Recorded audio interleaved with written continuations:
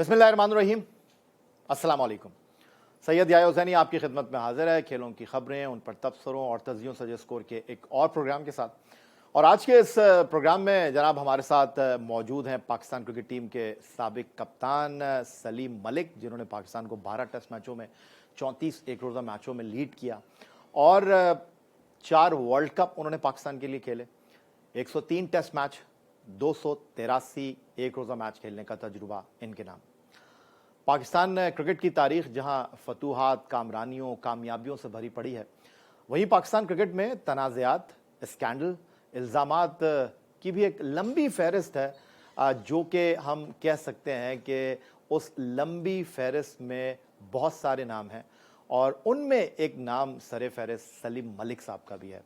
और सलीम मलिक साहब से आज उनके क्रिकेटिंग करियर पर बात करेंगे, पाकिस्तान क्रिकेट के मौजूदा हालात पर बात करेंगे और सलीम मलिक खुद क्या कहते हैं, अपने ऊपर जो कुछ इल्ज़ामात लगे, जिन चीज़ों का उनको सामना करना पड़ा, जिसकी वजह से सलीम मलिक का क्रिकेटिंग करियर ख़त्म हो गया, आज वो तमाम बातें पाकिस्तान के साबिक टेस्ट कप्तान सलीम मलिक से हम करेंगे अपनी इस ख़ास नशिस्त में।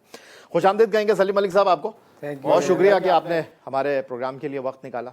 सबसे पहले तो ये जानना चाहूँगा कि ज़िंदगी में बड़े दौरे किए आपने, पाकिस्तान क्रिकेट टीम के कप्तान की हैसियत से और पाकिस्तान क्रिकेट टीम के खिलाड़ी की हैसियत से। एक छोटे से खिलाड़ी से आपने अपने सफ़र को शुरू किया और पाकिस्तान क्रिकेट टीम की कप्तानी तक गए और पाकिस्तान टीम को कई ट्रॉफियाँ उठाते हुए आपने देखा, कई लोगों को आपने अपने साथ तस्वीरें खिंचाते हुए लाइन में खड़ा हुआ देखा। आज ज़िंदगी कैसे गुजर रही है? ज़िंदगी अल्लाह का शुक्र है बहुत अच्छी गुजर रही है। तो सलीम मलिक साहब 1982 में आपने करियर की शुरुआत की, पहले टेस्ट मैच में सेंचुरी बनाई, फिर चंद ही महीने के बाद आपने पाकिस्तान क्रिकेट में कप्तान के खिलाफ बगावत भी देखी, फिर उसके बाद आपने 87 के दौरे भारत में कोलकाता में 36 गेंदों पर 72 रन की मैच विनिंग खेली, फिर जहां आपको मौका मिलता आप रन्स करते। 87 का दौरा इंग्लैंड हो, 92 का दौरा इंग्लैंड हो, आपके करियर की हाईलाइट हैं।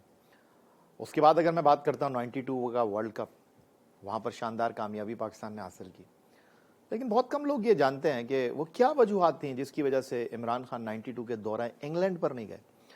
क्या ये बात दुरुस्त है कि जब आप मेलबर्न से सिंगापुर चंद घंटे के लिए रुके तो वहाँ पर कुछ खिलाड़ियों ने ये बात की कि मुस्तकबिल में अब हम इमरान खान की क़यादत में नहीं खेलेंगे?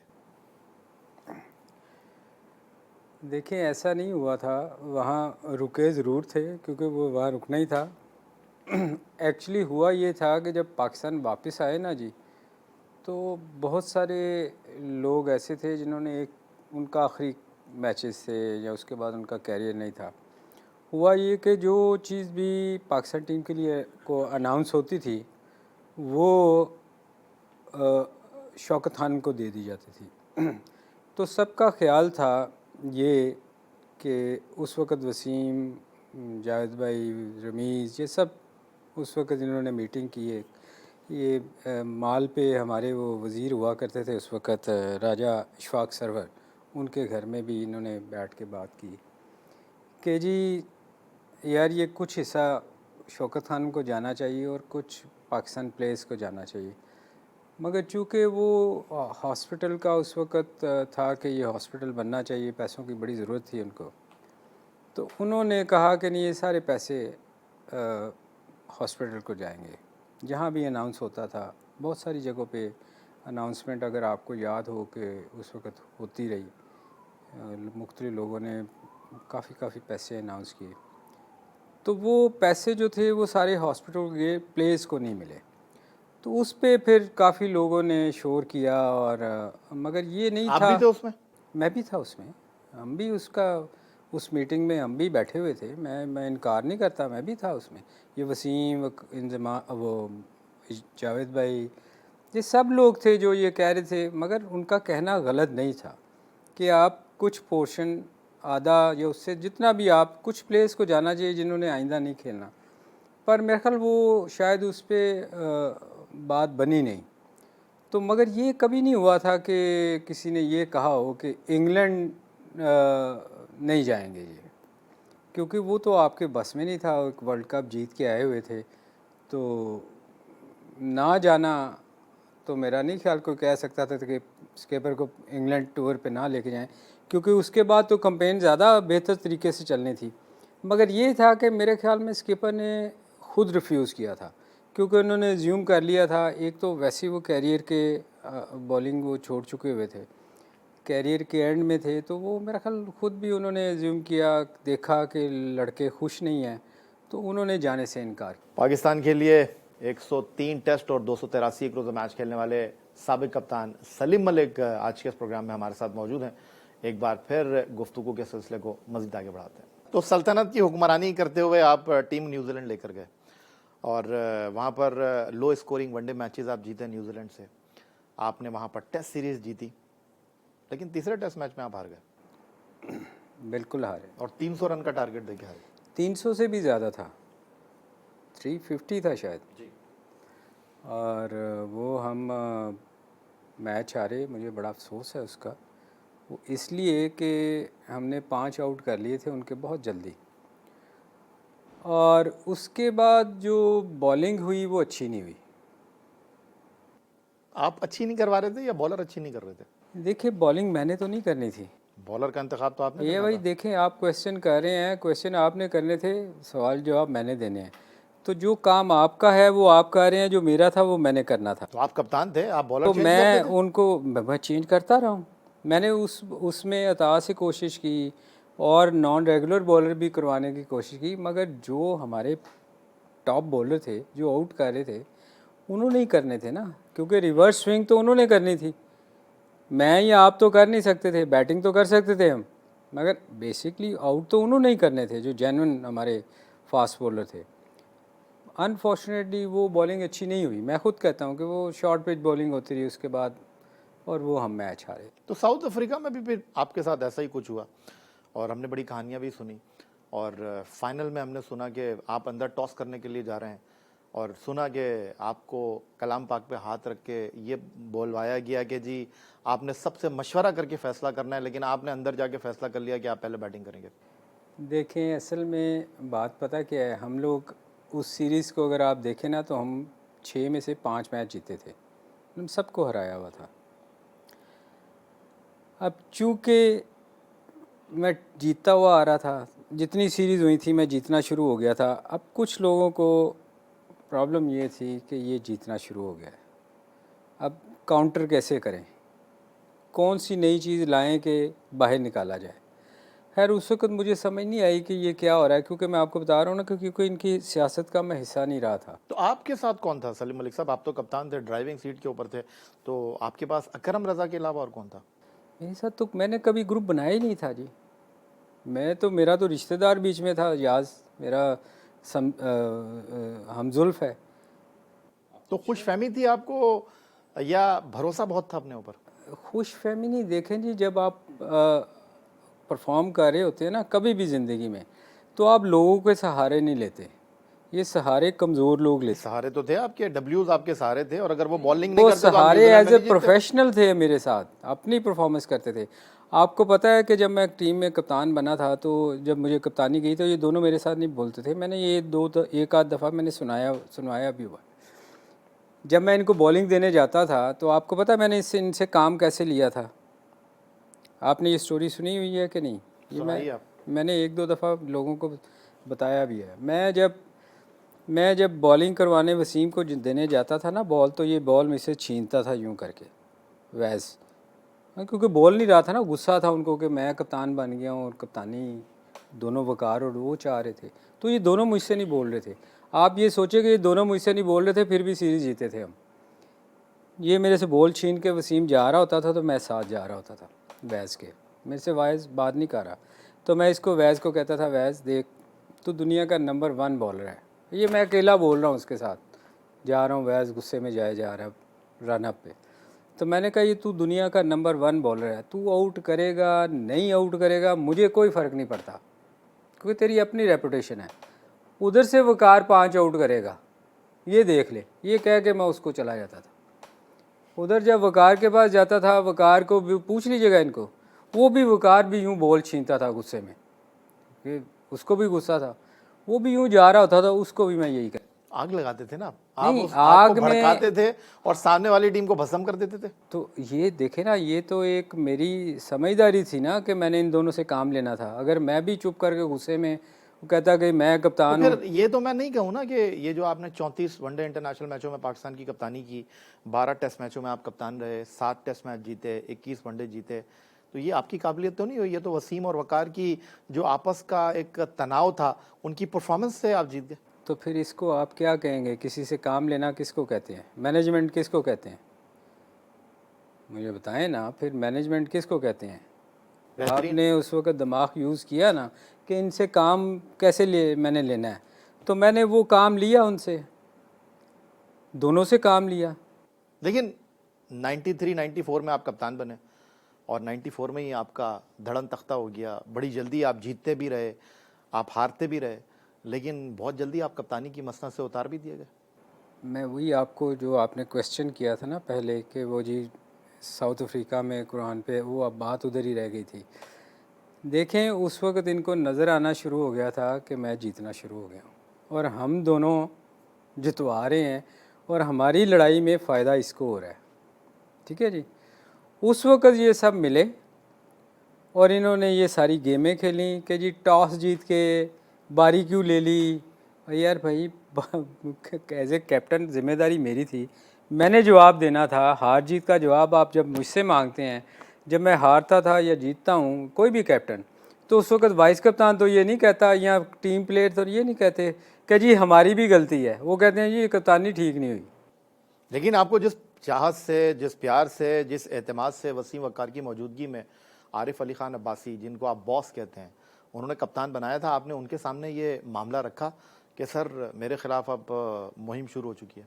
देखें, अल्लाह ज़िंदगी दे आरिफ अली खान अब्बासी साहब को, आप उनको कॉल करके पूछिएगा क्या मैंने उनके आगे ये सारा मसला रखा था कि नहीं रखा था। तो वो भी आपकी तरह बेबस थे जैसे आप बेबस कप्तान थे? नहीं, उनका ख्याल था कि मैं ये ठीक कर लूँगा सारा कुछ। मैंने उनको एक एक बंदे का नाम लिया कि ये बंदा गड़बड़ कर रहा है। तो आप कप्तान थे, टीम से निकाल देते? देखिए, दो बंदे स्ट्रॉन्ग थे उस वक्त, दो ग्रुप। आप जिसको निकालते, आप निकाल भी नहीं रहे थे, तो जो ग्रुप जो चाहता तो था आप वो अपनी कप्तानी को बचाने के लिए ग्रुप के साथ चले जाते? जब ग्रुप मिलने नहीं चाहता आपसे, वो तो अपनी कप्तानी के चक्करों में था ना, मुझे क्यों साथ मिलाएगा।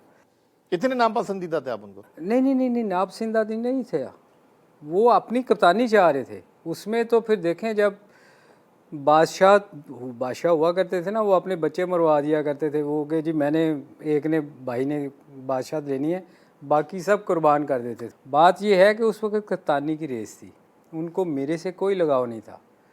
मैंने आरिफ अली खान अब्बासी साहब को एक एक चीज़ बताई, एक एक बंदे का नाम लेकर बताया कि मैं बेबस हूँ, ये बंदे को आपको निकालना पड़ेगा, आप पूछ लीजिएगा, अल्लाह उनको ज़िंदगी दे, जिंदा है।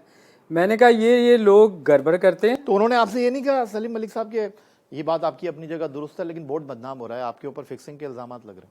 बात सुने, उन्होंने क्या किया उसके बाद, उन्होंने गलती जो हुई, मैं समझता हूँ जो गलती हुई, मैंने उनको कहा कि जब वापस आएंगे तो ये लोगों को फारिग कर दीजिएगा, ये टीम को गड़बड़ कर रहे हैं। फैसला कर चुके थे आप? नहीं, मैं फैसला नहीं, मैंने उन्होंने करना था ना, सिलेक्शन तो होनी थी, मैंने तो नहीं करनी थी, मैं साथ हिस्सा ज़रूर होता था।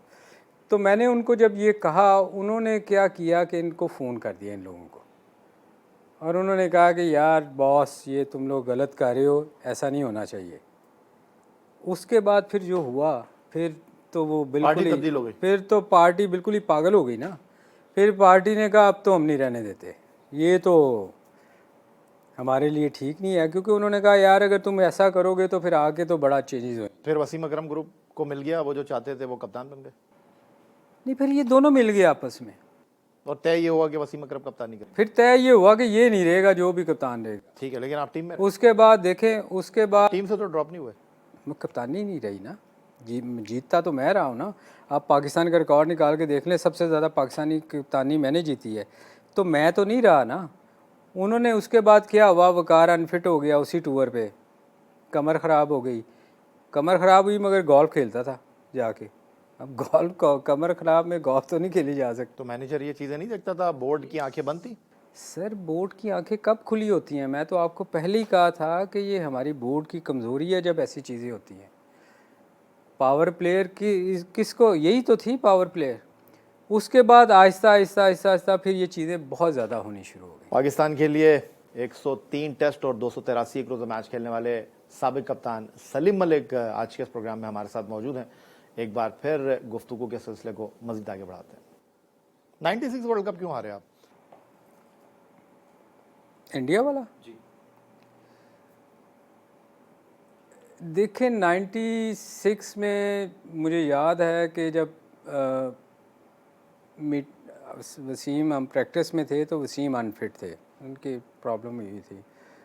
तो हम ग्राउंड में बैठे हुए थे बेंगलोर में। तो मैं सच बता रहा हूँ ऑनेस्टली, ये अब लोगों को याद हो प्लेस को कि नहीं याद हो, वैसे कुछ लोगों को याद भी है। वो अक्सर कहते हैं कि हाँ आपने कहा था। मैंने वसीम से ये कहा, मैंने कहा यार वैस तू हमारा मेन प्लेयर है, अगर तू अनफिट है ना तो अभी मीटिंग, कल मैच है, अभी हमें बता दो। अगर तुम अभी क्लियर कर दोगे ना कि यार तू नहीं खेल रहा तो हम मैच। कुछ लोग कहते हैं मीटिंग ही नहीं हुई आपकी मैच से पहले। नहीं, ये गलत कह रहे हैं। कौन कह रहा है? ग्राउंड में मीटिंग हुई है, होटल में नहीं। मैच से एक रात पहले मीटिंग नहीं हुई? वो ग्राउंड में हुई ना, ग्राउंड में मीटिंग हुई। होटल में शायद नहीं हुई होगी, मगर ग्राउंड में मीटिंग हुई। वहाँ मैंने कहा कि यार अगर तुम अनफिट हो ना तो अभी बता दो, ताकि मेंटली सारे प्लेयर जो है ना वो तैयार हो जाएं कि यार सुबह वैज़ ने नहीं खेलना, क्योंकि मेन प्लेयर हो। सुबह को पता चला तो टीम एकदम गिर जाएगी। अनफॉर्चुनेटली हुआ यही कि इंजेक्शन के बाद वैज़ ने सुबह टॉस से पहले कहा कि आप जब होटल से निकले चिन्ना स्वामी स्टेडियम के लिए तो आपके कप्तान वसीम अकरम ही थे? वसीम अकरम ही थे, सबको पता था। फिर ग्राउंड में टॉस करना आमिर सोहेल कैसे गए? मैं यही तो कह रहा हूँ जी कि सुबह ग्राउंड में जाने से पहले ये डिसीजन उसने लिया कि मैं फिट नहीं हूँ। अब बकौल लोगों के ये कहा जाता है कि किसी ने कॉल करके कहा कि यार अगर तुम अनफिट हुए और इंडिया के ख़िलाफ़ चूँकि मैच है और यहाँ तुम अनफिट हुए तो लोगों ने छोड़ना नहीं है, तो इसलिए अगर 100% फिट नहीं हो तो ना खेलो।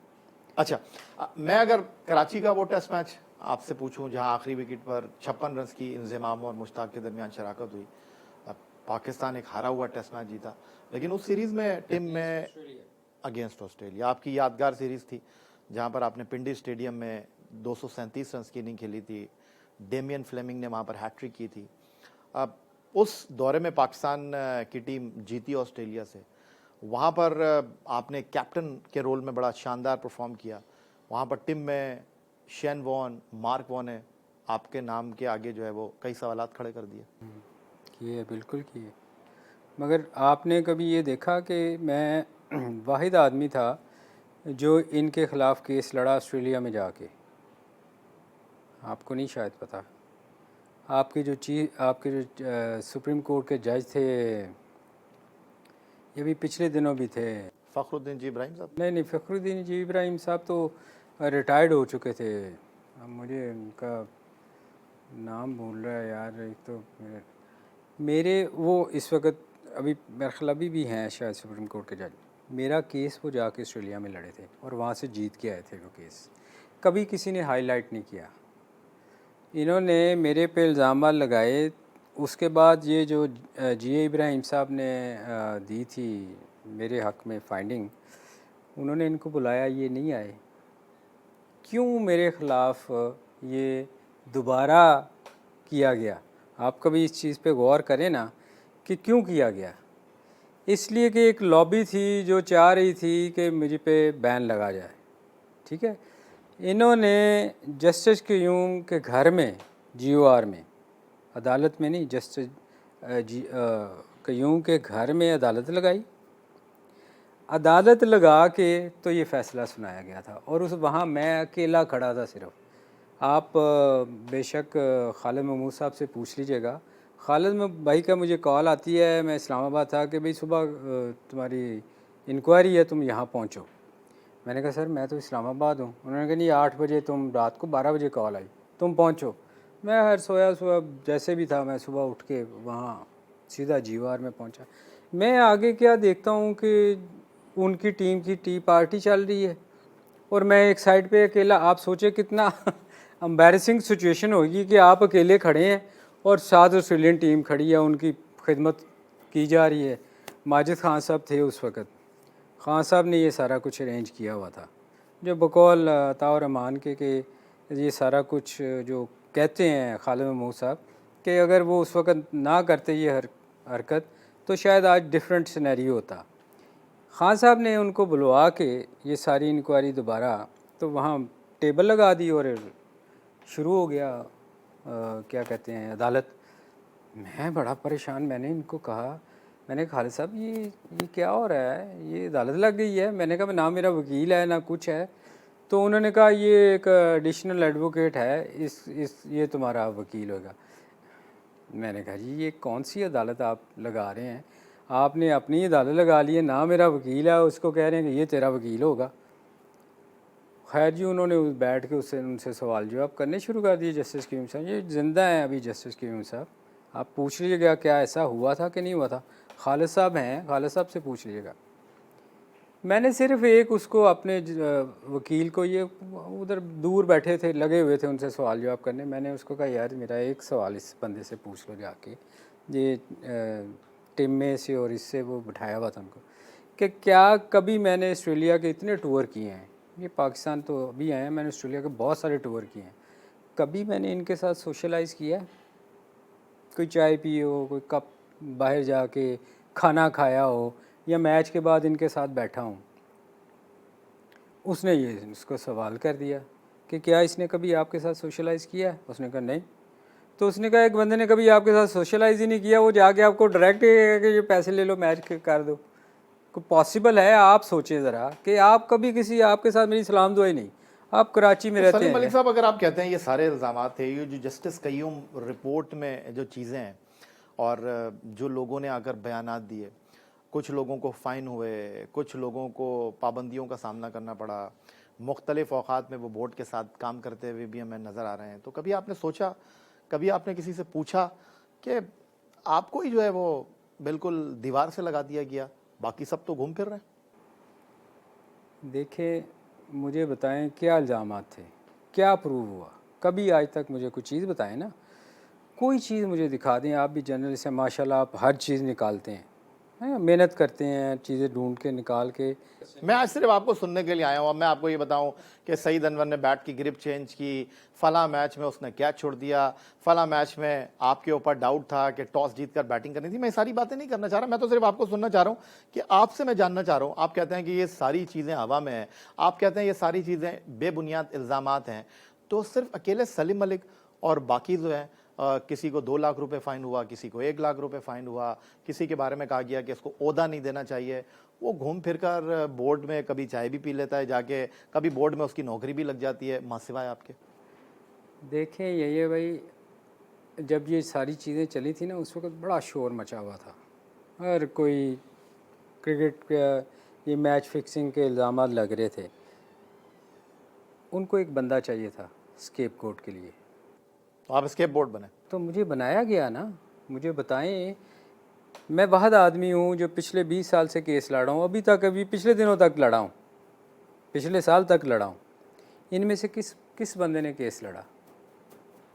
सब ने फ़ाइन दिए, नौकरियाँ कर रहे हैं। मैं आज तक पिछले साल तक मैं केस लड़ा हूँ, और अभी कई दोस्त मेरे से नाराज़ हैं कि तू केस नहीं लड़ता। मैं कहा थक गया हूँ यार केस लड़ के। इन्होंने पैसे दिए सब ने, मैंने तो कुछ नहीं दिए। मेरे जुर्माने भी माफ़ हुए, मुझे कोर्ट ने कहा कि क्लियर है, क्रिकेट बोर्ड ने अनाउंस किया आपके चैनल पे आके ये हमारी तरफ से क्लियर है, मेरा प्रोविडेंट फ़ंड मुझे वापस दिया गया। मगर बात ये है कि इनको एक बंदा चाहिए था उस वक़्त जिसको ये दुनिया के आगे पेश करते कि यही है। मौजू होगा आपके ख़िलाफ़ कोई कैंपेन तो नहीं चल रही। बात दरअसल ये सलीम मलिक साहब कि ये जो जस्टिस कय्यूम रिपोर्ट है, जिस जस्टिस कय्यूम रिपोर्ट की बुनियाद पर आपको लाइफ बैन किया गया, जब उस पर बात होगी तो आप ही विलन हैं पाकिस्तान क्रिकेट के, आप ही को इस तरह प्रेजेंट किया जाता है। विलन बनाया गया है ना। तो विलन किसने? इस रिपोर्ट ने बनाया? इस नहीं रिपोर्ट तो की फाइंडिंग बाकी में बनी। देखें ये हमने तो नहीं बोला जस्टिस कय्यूम को, जो आप कह रहे हैं कि आपके खिलाफ लोग आगे तो जब मेरी रिपोर्ट बाकियों के खिलाफ आती है, आप उस वक्त कोई नहीं। लेफ्टिनेंट जनरल रिटायर्ड तौकीर दिया साहब ने कहा कि एक सप्लीमेंट्री रिपोर्ट आनी थी, वो नहीं आई। क्यों नहीं आई? फिर उस पर तो कोई बात नहीं करता ना। मेरा क्वेश्चन ये है ये सब कि जब उस चीज़ की बात होती है, उस पर कोई बात नहीं करता, घुमा के मेरे ऊपर प्रोग्राम करते रहे सारे। इसीलिए सलीम मलिक साहब जो फाइंडिंग है उसमें आप विलन हैं, उसमें आप लाइफ बैन आप हैं, देखें, उसमें आपके खिलाफ लोगों ने बयानात दिए हैं। आपने कहा कि ना मैं वसीम अकरम ग्रुप में था, आप कहते हैं ना मैं वकार यूनुस ग्रुप में था, तो सारे बयानात तो आपके खिलाफ हैं। क्या खिलाफ है मेरे, मुझे बताएं ना।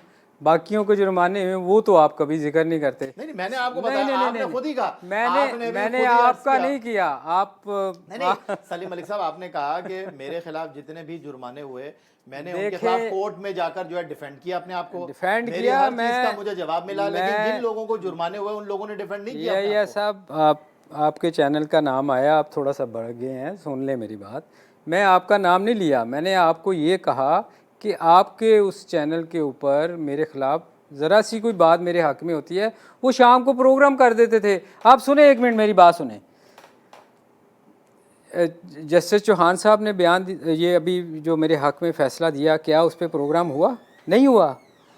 इसलिए नहीं हुआ कि वो मेरे हक में था, वरना रोज़ मेरे ख़िलाफ़ जैसे ही कोई बयान होता था ख़िलाफ़, रोज़ एक प्रोग्राम चलता था। देखें ये है भाई, उसमें जो ये केसेट का जिक्र करते थे उसका जस्टिस आईसीसी कहता है कि हम इसको मानते नहीं हैं। जो मैं कहता था पिछले 20 साल से कि मेरी लेटर दिखाएं आप, कौन सा आईसीसी ने आपको लेटर लिखा है?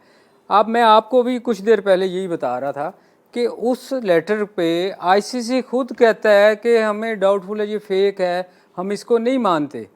तो जो जस्टिस साहब ने उसके बाद फाइंडिंग दी कि भाई ये इसको किसी कोर्ट में आप सलीम मलिक के ख़िलाफ़ पेश नहीं कर सकते। तो उस पर तो किसी ने प्रोग्राम नहीं किया कि यार पिछले 20 साल से इस बंदे को हम विलन बना रहे हैं। आज से 20 साल पहले जो कुछ हुआ justice retired Abdul Qayyum report में, उसके बहुत सारे कहाँ किरदार। चिट्टा है जी, कहाँ चिट्टा है? तुसी अपनी गल करनी है, मेरी गल नहीं करनी। नहीं, मैं आपसे यही अर्ज कर रहा हूँ, उसमें जो बहुत सारे नाम थे वो पाकिस्तान क्रिकेट बोर्ड में नौकरी भी कर रहे हैं। उसके बाद 2010 का स्पॉट फिक्सिंग स्कैंडल हुआ और करीब करीब आपके अब सलमान बट भी आके खड़े हो गए हैं, क्योंकि आमिर को क्लीन चिट दे दी गई वहाँ से। सलमान बट जो हैं वो दोबारा हमें कहीं नज़र नहीं आए।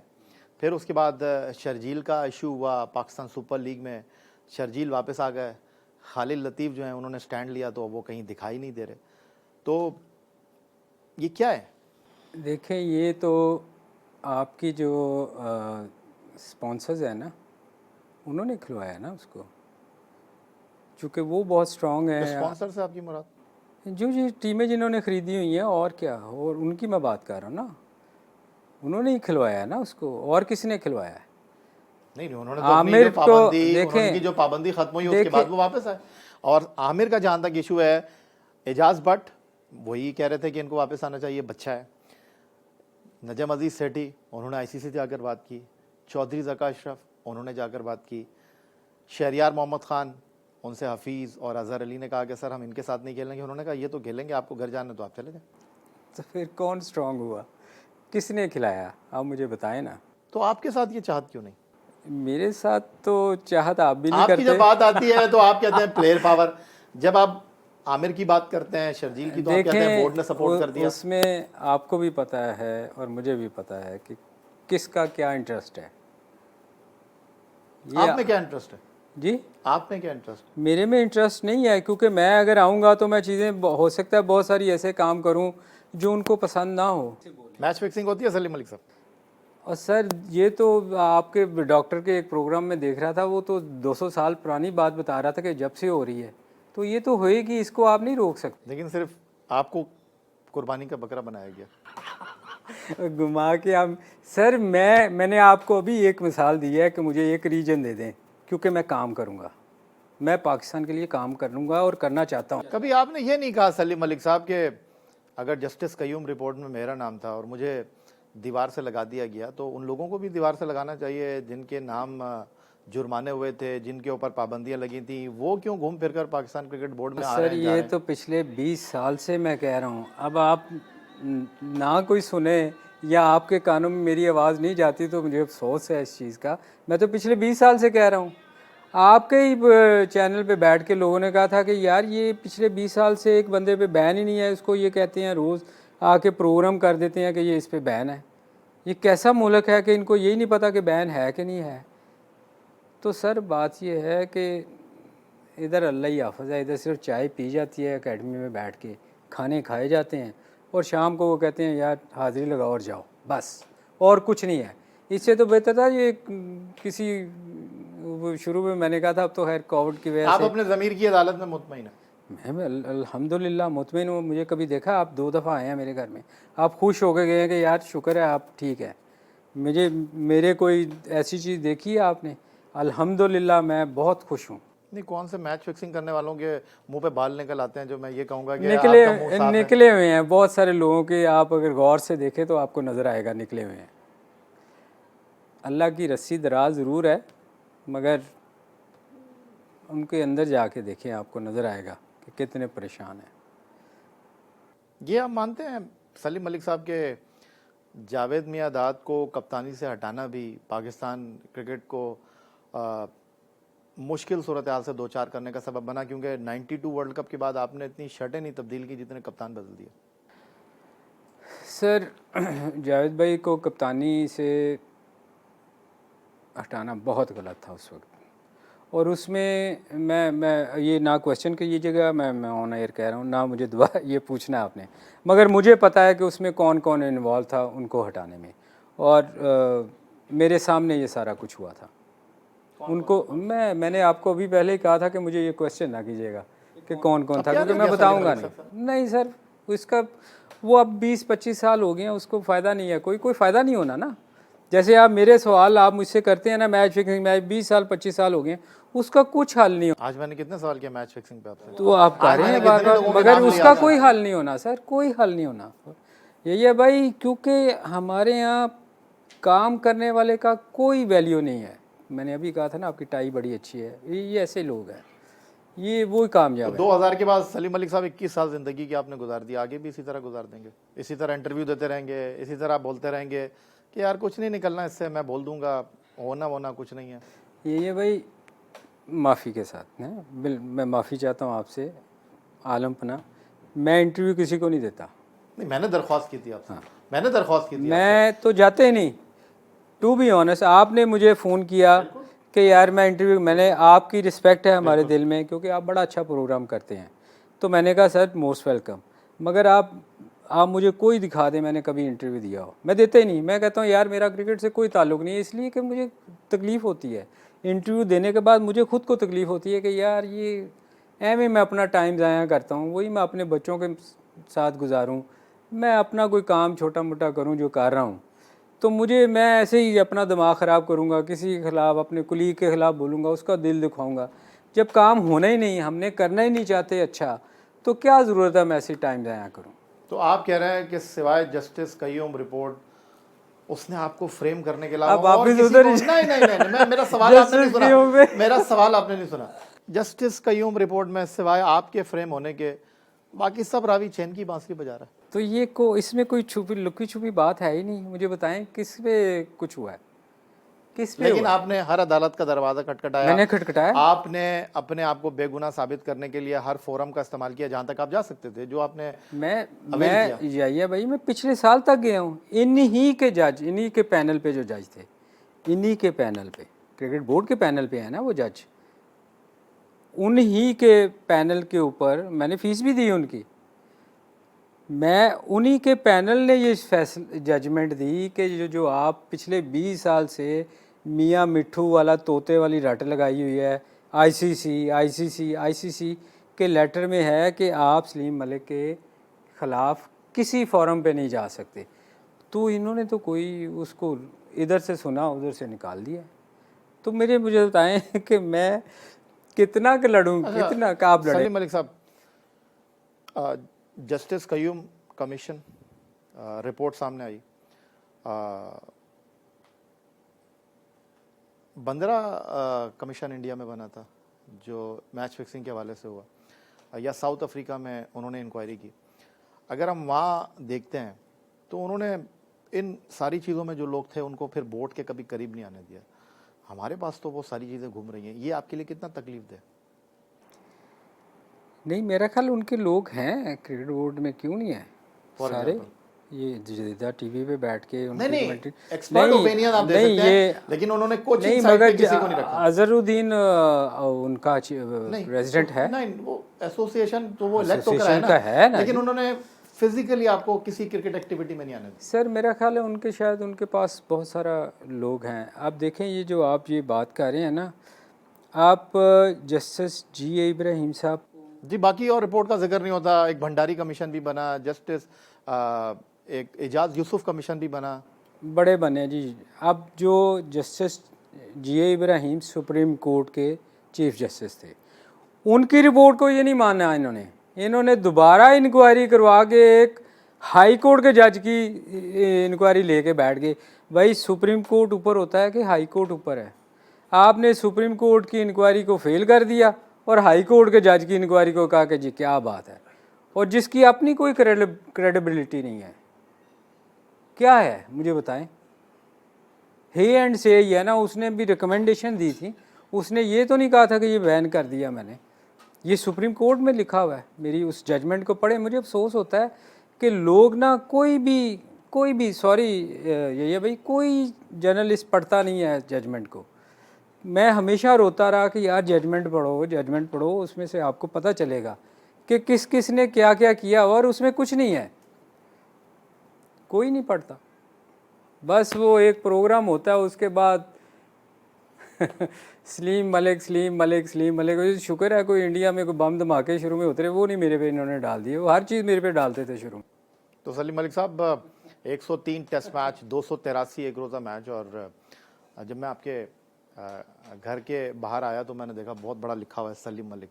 तो मेरा ख्याल है अगर सलीम मलिक लिखा हुआ है, टेस्ट क्रिकेटर नहीं लिखा हुआ, सलीम मलिक लिखा हुआ है। लेकिन बात दरअसल ये है कि आप मुतमईन हैं अपने आप से, इसलिए आपने अपने नाम को कभी छुपाया नहीं।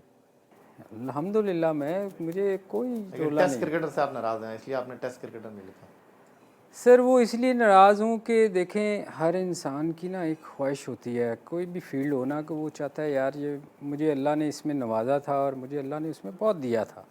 देखिए ना, आप कुछ नहीं थे तो अल्लाह ने आपको उसमें नवाजा और आपने उसमें बहुत सारी चीज़ें सीखी। तो आपकी ख्वाहिश होती है कि या अल्लाह मैं इसको अब वापस टाइम है कि मैं इसमें वापस लोगों को दे के जाऊँ। तो वो एक रिग्रेट रहता है कि यार इतना कुछ अल्लाह ने दिया था तो मैं वापस कुछ नहीं कर सका, वो अफसोस रहता है। चलें, आपकी ऐसी अफसोस के साथ आपसे इजाज़त चाहेंगे, और once again thank you very much कि आपने हमारी दावत पर अपना इतना कीमती वक्त हमें दिया। और बिल्कुल आपने दुरुस्त कहा कि आपको इस इंटरव्यू के लिए कन्विंस करने के लिए मैंने कई बार आपको फ़ोन किया। बीच में तो आप फ़ोन भी नहीं उठा रहे थे मेरा, लेकिन अब आप फ़ोन भी उठा लेते हैं, तो थैंक यू वेरी मच। और बात दरअसल सलीम मलिक साहब यही है कि हम ड्रामा राइटर से ड्रामे के बारे में ही पूछेंगे, एक क्रिकेटर से क्रिकेट की ही बात करेंगे, एक फिल्म एक्टर से फिल्म की ही बात करेंगे। और आप जब भी आएंगे तो डेफिनेटली क्रिकेट की बात करते करते जस्टिस कयूम रिपोर्ट की भी बात होगी, क्योंकि उन्होंने अपनी रिपोर्ट में जो है सबसे टॉप ऑफ द लिस्ट आपका नाम लिखा है। वो उनकी फाइंडिंग क्या थी क्या नहीं थी, आप अपने तौर पर बात कर रहे हैं, और आपका ये शिकवा बिल्कुल बजा है कि आपने हर जगह पर जाकर अपने आप को डिफेंड किया उन लोगों के बरक्स जिनको फ़ाइन हुआ, जिनको जुर्माने हुए, जिनको सज़ाएँ हुई, उन्होंने खामोशी अख्तियार की, और फिर उनको शायद मेरा ख्याल है उसका रिवॉर्ड भी मिला। वो बोर्ड में कहीं ना कहीं लगे हुए भी हैं। तो आपका वंस अगेन बहुत शुक्रिया। पाकिस्तान के former test captain, 103 test match और 283 एक रोज़ा मैच खेलने वाले सलीम मलिक, जिन्होंने 12 टेस्ट मैचों और 34 एक रोज़ा मैचों में पाकिस्तान क्रिकेट टीम की क़यादत के फ़राइज़ अंजाम दिए। उनकी ये गुफ्तगू आपको कैसी लगी? ट्विटर पर आप मुझे फॉलो कर सकते हैं, फेसबुक पर हमारा पेज score.geo-news, जहाँ जाकर आप इस प्रोग्राम के क्लिप्स एक बार फिर देख सकते हैं, और आप हमें ईमेल कर सकते हैं, अपनी राय से आगाह कर सकते हैं score@geo.tv पर। हमारा काम सिर्फ खिलाड़ियों का, ऑर्गेनाइज़र का मौक़िफ़ आपके सामने रखना है, और जिस तरह सलीम मलिक साहब ने कहा कि जनाब हमारा काम सवाल करना है और जवाब देना उनका काम, तो हमारा काम जो था हमने किया, जो काम सलीम मलिक साहब का था उन्होंने किया, और फैसला अब आपने करना है। इजाज़त चाहेंगे। अल्लाह हाफ़िज़।